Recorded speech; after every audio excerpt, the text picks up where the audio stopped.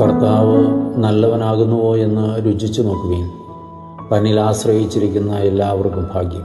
34-ാം സങ്കീർത്തനം 8-ാമത്തെ തിരുവചനം. രുചിച്ചു നോക്കുക. കർത്താവ് നല്ലവനാകുന്നുവോ എന്ന് രുചിച്ചു നോക്കുക. രുചിച്ചറിയുക എന്നുള്ളതാണ് അറിവിൽ ഏറ്റവും ആഴമേറിയ അറിവ്.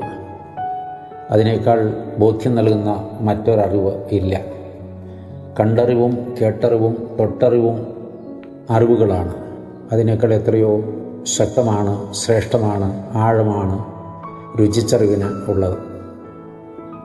പഞ്ചസാരയ്ക്ക് മധുരമാണെന്ന് എത്ര ക്ലാസ് എടുത്താലും അത് രുചിച്ചറിയുന്ന ആൾ അതറിഞ്ഞിടത്തോളം ആ ക്ലാസ് കേട്ടൊരാൾ അതറിയുന്നില്ല.